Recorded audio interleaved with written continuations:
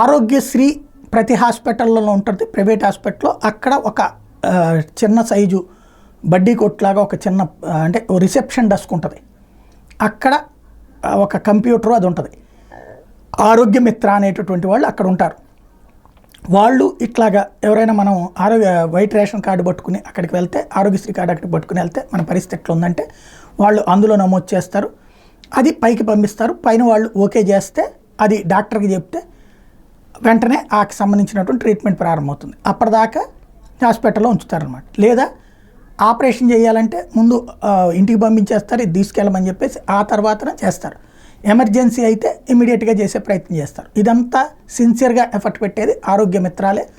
పై శాఖల వాళ్ళకి ఇది ఎమర్జెన్సీ అని చెప్పి ఇంటిమేట్ చేయడం కానీ ఇదంతా కూడా ఈ ఆరోగ్య మిత్రాలకు సంబంధించి వాళ్ళు ఇప్పుడు అడుగుతున్నటువంటిది నెలకి 35,000 రూపాయల జీతం ఇవ్వమని ఆరోగ్యమిత్ర కాంట్రాక్ట్ అవుట్సోర్సింగ్ ఉద్యోగుల యూనియన్ తాజాగా ఆరోగ్యశ్రీ ట్రస్ట్ ప్రధాన కార్యాలయంలో సీఈఓని కలిసి వింతపత్రం ఇచ్చారు. ఉద్యోగ భద్రత, ఈహెచ్ఎస్ కార్డులు జారీ చేయాలని విజ్ఞప్తి చేశారు. ఉద్యోగ విరమణ వయసు 62 ఏళ్లకు పెంచాలన్నారు. ప్రభుత్వ ఉద్యోగాల్లో వెయిటేజ్ ఇవ్వాలన్నారు. సీఈఓని కలిసిన వాళ్లలో రాష్ట్ర అధ్యక్షుడు గోవింద్, ఉపాధ్యక్షుడు నాగరాజు, కార్యదర్శి గురవయ్య తదితరులు పాల్గొన్నారు.